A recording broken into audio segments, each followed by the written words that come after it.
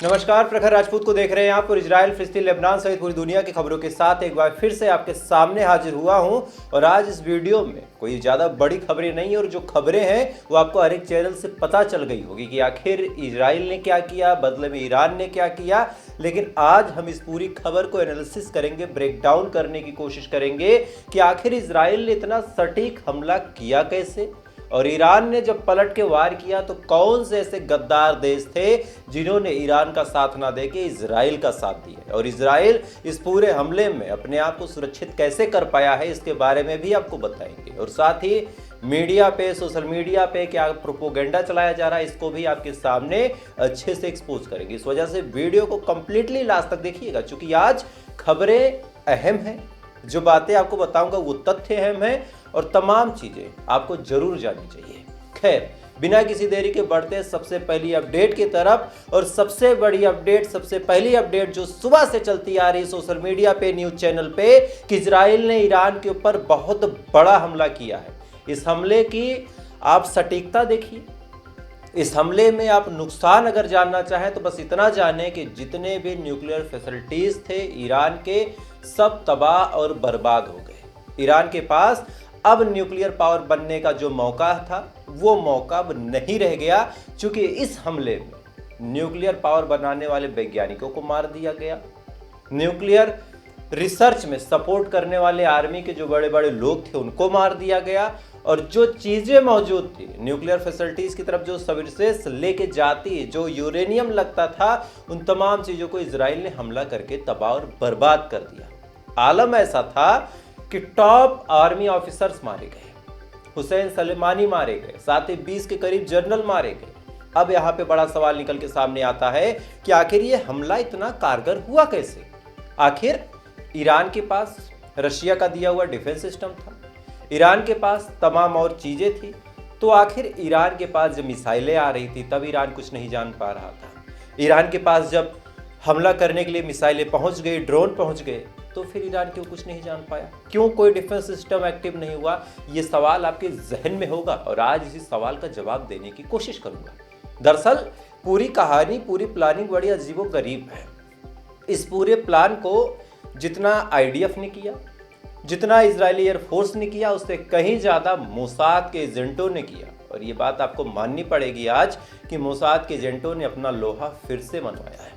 Iran के जासूस ये दावा करते रह गए कि हम इजराइल पहुंचे, इजराइल से हमने खुफिया डॉक्यूमेंट चुरा लिए, हमने ये कर लिया, लेकिन अपने ही अंदर बैठे गद्दारों को ईरान नहीं पकड़ पाया। और ये ईरान का सबसे बड़ा फेल्यूर है।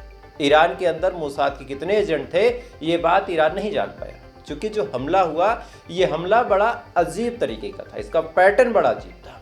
और इस बात की पुष्टि में कोई हवा में नहीं कर रहा। मोसाद ने कहा कि अभी भी हमारे 200 से ज़्यादा एजेंट तेहरान में मौजूद हैं।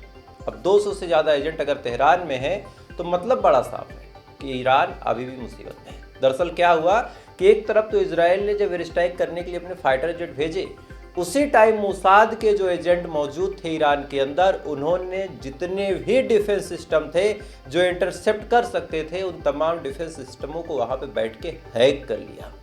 हैक इस कदर किया कि जो मिसाइलें निकल सकती थी डिफेंस सिस्टम से वो निकली ही नहीं। और अच्छा, ऐसा नहीं कि बस इतना ही किया, मोसाद के एजेंटों ने ईरान के अंदर बैठे बैठे, तेहरान के अंदर बैठे बैठे बनाई ड्रोन, और उस ड्रोन को अपनी ही द्वारा भेजी गई मिसाइलों के साथ मिला दिया। तो इजराइल ने जो मिसाइलें भेजी उसको काउंटर न कर सके, इस वजह से मोसाद ने डिफेंस सिस्टम को हैक किया और खुद ईरान में बैठ के ड्रोन बनाए, उस ड्रोन से ईरान के ऊपर ही हमला कर दिया। यानी ईरान को मारने वाले जो ड्रोन बने थे, अभी तक इनिशियल रिपोर्ट निकल के सामने आ रही कि वो ड्रोन कहीं और बने ही नहीं थे। वो ड्रोन बने थे खुद ईरान के अंदर, और मोसाद बनाता रहा नाक के नीचे से, और ईरान के जो लोग थे वो जान नहीं पाए। और यही वजह है कि ईरान फेल हुआ, ईरान के टॉप लीडरशिप मारी गई। और अब ईरान ने सीधा सीधा जंग का ऐलान किया है। ईरान की कैजुअलिटीज़ की बात करें तो ईरान में वहाँ का इंटरनेशनल एयरपोर्ट बंद कर दिया गया, एयर स्पेस बंद कर दिया गया, साथ ही वहाँ पे इमरजेंसी लागू कर दी गई है। आयतुल्लाह खामनेई साहब ने जंग का ऐलान कर दिया और कहा कि हम पलटवार करेंगे।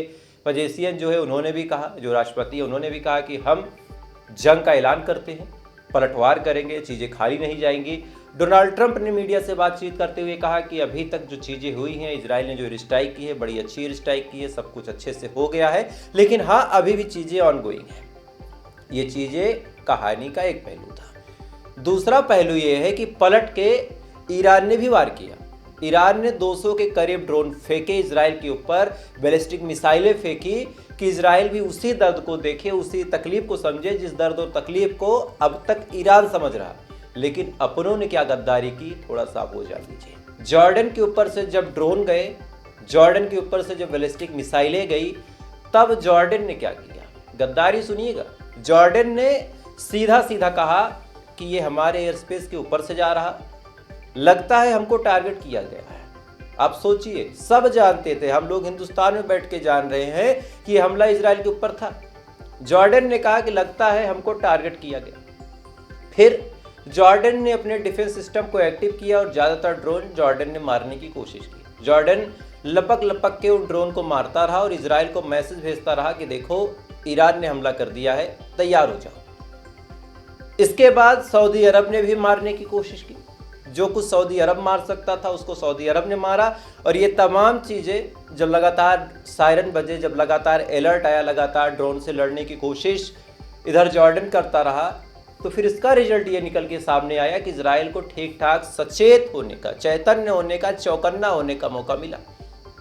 वही जॉर्डन जो अपने एयर स्पेस से इजरायली फाइटर जेट को भेज देता है, जाने देता है ईरान के ऊपर हमला करने, वही ईरान के ड्रोन को अपने ऊपर खतरा समझता है।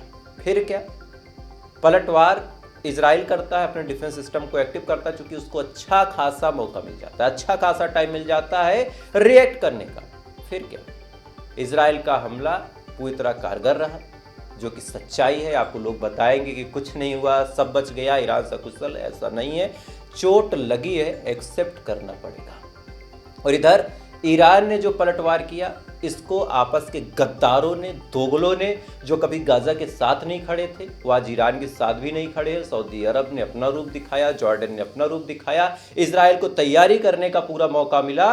और यही वजह है कि इजराइल इस हमले से सकुशल बच गया, कुछ भी कैजुअल्टी नहीं हुई। हाँ, एहतियात बरतते हुए इजराइल ने बस इतना किया कि अपने फ्लाइट को रद्द कर दिया, अपने एयर स्पेस को बंद कर दिया, लोगों को अलर्ट मोड पे रखा गया है। कहा गया है कि सब लोग बंकरों में बैठें, सुरक्षित रहें, बंकरों के आसपास रहें, ज़्यादा खुले में ना निकले, और अपने डिफेंस सिस्टम को पूरी तरीके से मुस्तैदी के साथ तैनात किया गया।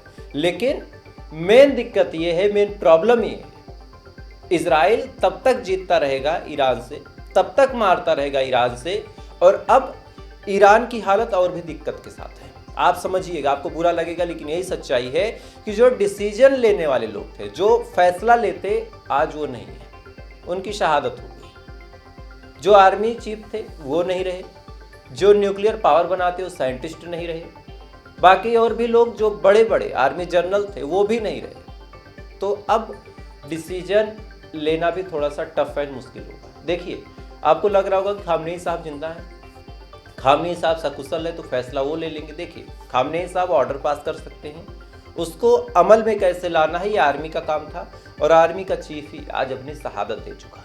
तो आज चीज़ें ईरान के लिए काफ़ी ज़्यादा मुश्किल है। आज उसके साथ कोई खड़ा नहीं हुआ। आप देखिए, एक देश ऐसा नहीं, तुर्की ने बस कंडेम्ड किया इजराइल के हमलों को, कंडेम्ड कोई भी कर देता है। ना ही रशिया ने कोई सिस्टम भेजा, ना ही कहीं से 2-4 जहाज आए, ना ही किसी ने कुछ कहा, ना ही किसी ने कंधे पे हाथ रखा कि ईरान हम तुम्हारे साथ खड़े हैं। और इधर बार बार कहा जाता है कि 56 मुस्लिम बहनों का इकलौता भाई ईरान है, लेकिन 56 में से कौन आगे सामने आएगा, कौन नहीं आएगा, आप खूब जान रहे हैं। तो ईरान को हमेशा से लोग यूज कर रहे हैं, ऐसा मुझे अब लगता है। खैर, तो आज यही वजह थी कि ईरान के ऊपर ऐसे कारगर हमला हो गया, और ईरान कहाँ फेल हुआ ये भी मैंने आपको बता दिया। और साथ ही इजराइल जंग जीत रहा है तो किस वजह से जीत रहा है ये भी आपको डिटेल में समझ में आया होगा। हो सकता है आपके मन मुताबिक बात मायने ना की, लेकिन मैं एक जर्नलिस्ट हूँ, मेरा काम सच्चाई आपके साथ रखना है। खैर, आपकी क्या राय है कमेंट कीजिएगा, और ऐसे अपडेट के लिए आप चाहें तो फॉलो कर सकते हैं। थोड़ी देर बाद फिर मुलाकात होगी इजराइल, फिलिस्तीन, लेबनान समेत पूरी दुनिया की खबरों के साथ। तब तक आप अच्छे रहिए, खुश रहिए, ऊपर वाला हिफाजत करिए।